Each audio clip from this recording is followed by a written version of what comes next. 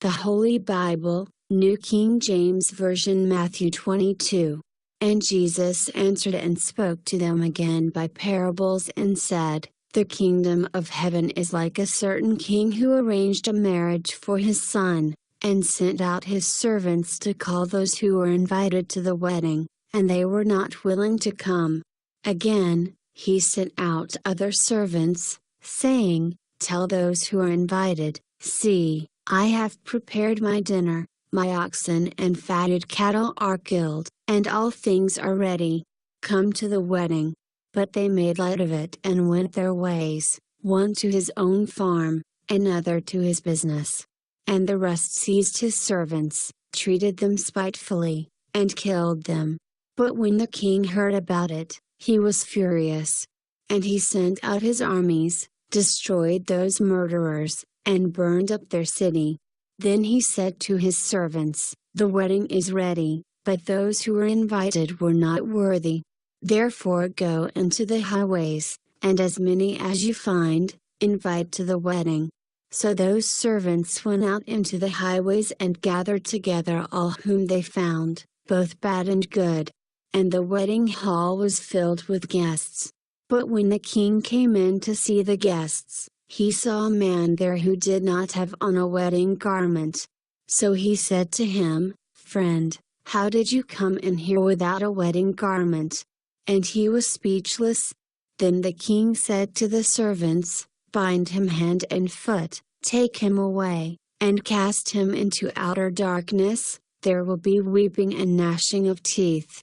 For many are called, but few are chosen. Then the Pharisees went and plotted how they might entangle him in his talk. And they sent to him their disciples with the Herodians, saying, Teacher, we know that you are true, and teach the way of God in truth, nor do you care about anyone, for you do not regard the person of men.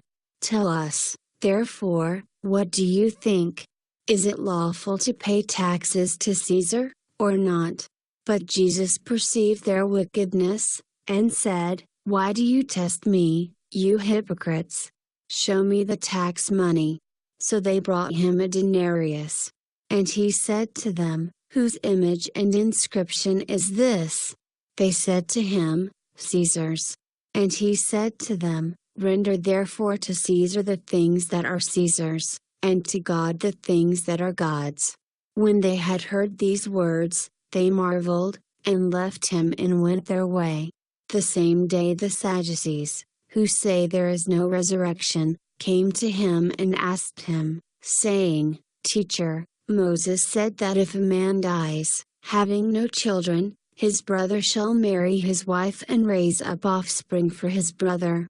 Now there were with us 7 brothers. The first died after he had married, and having no offspring, left his wife to his brother. Likewise the second also, and the third, even to the 7th.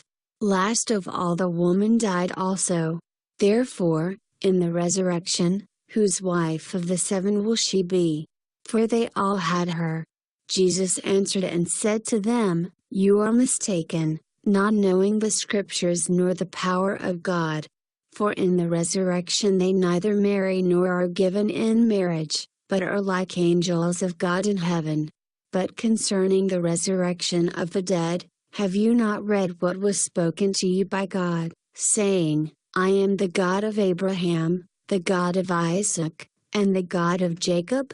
God is not the God of the dead, but of the living. And when the multitudes heard this, they were astonished at his teaching. But when the Pharisees heard that he had silenced the Sadducees, they gathered together. Then one of them, a lawyer, asked him a question, testing him, and saying, Teacher, which is the great commandment in the law? Jesus said to him, You shall love the Lord your God with all your heart, with all your soul, and with all your mind. This is the first and great commandment. And the second is like it, You shall love your neighbor as yourself. On these 2 commandments hang all the law and the prophets. While the Pharisees were gathered together, Jesus asked them, saying, "What do you think about the Christ? Whose son is he?" They said to him, "The son of David." He said to them, "How then does David in the Spirit call him Lord, saying, 'The Lord said to my Lord, sit at my right hand, till I make your enemies your footstool?'" If David then calls him Lord, how is he his son? And no one was able to answer him a word, nor from that day on did anyone dare question him any more.